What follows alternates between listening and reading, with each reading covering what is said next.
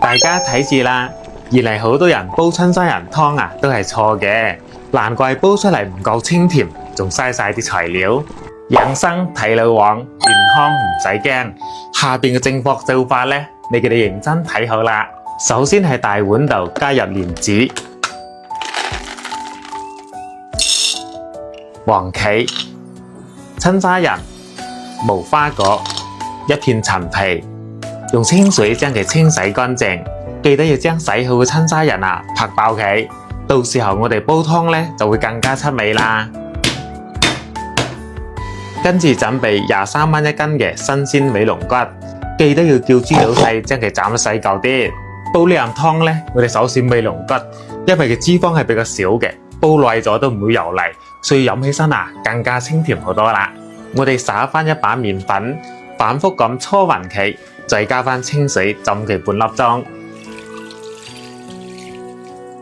咁樣就可以將啲血水同埋邋遢嘢逼出嚟啦。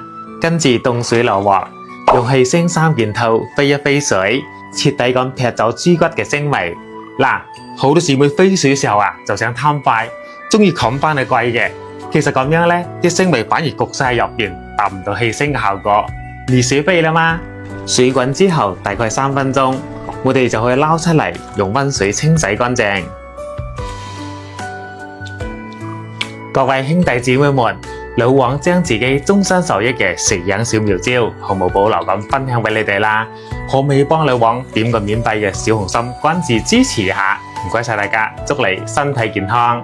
清洗好嘅豬骨放落砂煲度，再將洗好嘅材料掉落去。嗱，呢度要注意啦，親生人呢最後15分鐘先放落去噶啦。如果煲超過15分鐘啊，佢嘅營養同埋獨特香味啊就好容易流失噶啦。所以好多人煲湯嘅時候，一開始就放親生人，咁就係錯噶啦。我哋冚蓋大火煮滾之後呢，再轉細火慢慢煲佢1粒鐘。最後15分鐘啦，我哋放埋啲親生人落去繼續煲。飲之前呢，俾翻少少鹽調味，咁就可以飲得噶啦。哇！大家睇睇，煲到出晒味啦！只有我哋廣東人啊，先至知道咩叫做濕氣重。每次我老婆感覺自己攰賴賴，好似瞓唔醒咁，去廁所啊都特別耐嘅。老黃我就會煲翻呢啖湯俾佢飲啦。